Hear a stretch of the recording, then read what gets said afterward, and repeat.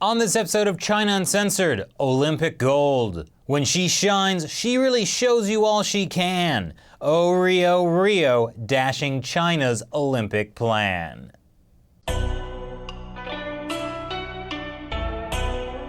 Hi, welcome to China Uncensored. I'm your host whose pop music references come from 1982, Chris Chappell.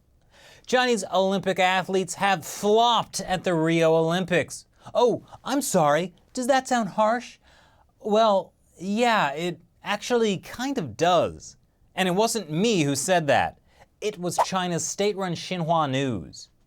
And that picture is Chinese gymnast Yu Hao flopping at the men's parallel bars final on Tuesday night.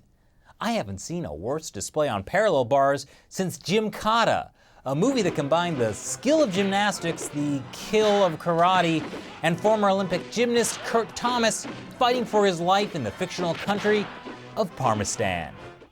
Yes, all of my movie references are also from the 80s. Now, this is not what China had planned. The Chinese Communist Party recruits thousands of children to train for their entire lives to win Olympic gold. Picked at a young age, Gao Lei is a product of the world's largest mass recruitment and sports training program. 51,000 athletes are currently training at elite national and regional institutes like this one. But the important thing about this massive sports system is that it works.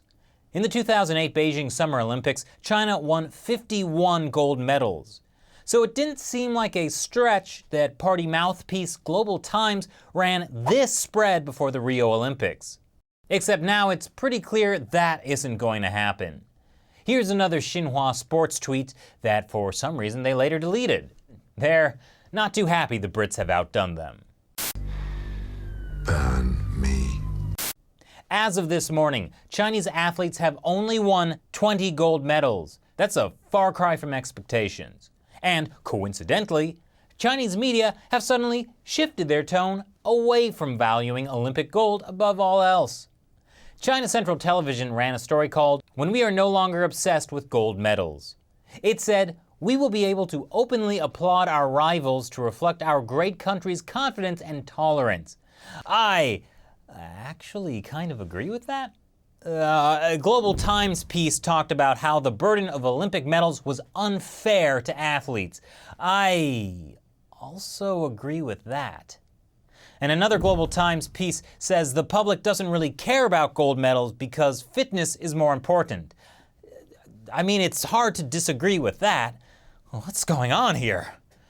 One expert interviewed said that as China has grown from a backward country to become the world's second largest economy, its people no longer need to use sporting prowess as a means to boost national confidence. Oh, okay. Well, as an American representing the world's largest economy, all I have to say is, booyah! Oh, sporting prowess is boosting my national confidence. In all seriousness, it's great that Chinese media isn't going all tiger mom on their Olympic athletes anymore. I mean, that's kind of the attitude that leads to this.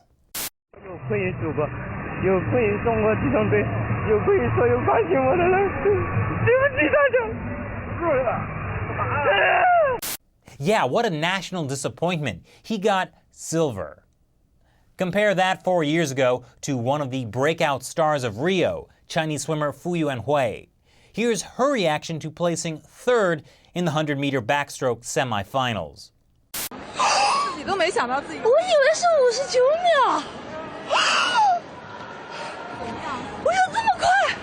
In the end, she tied for the bronze medal and won the hearts of the internet forever.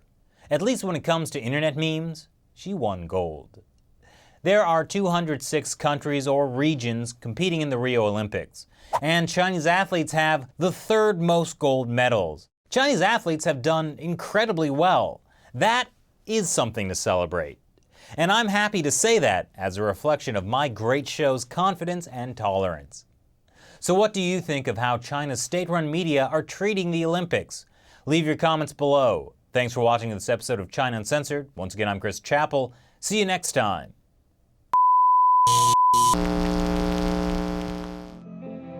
It's the end of the world as we know it, and I feel fine.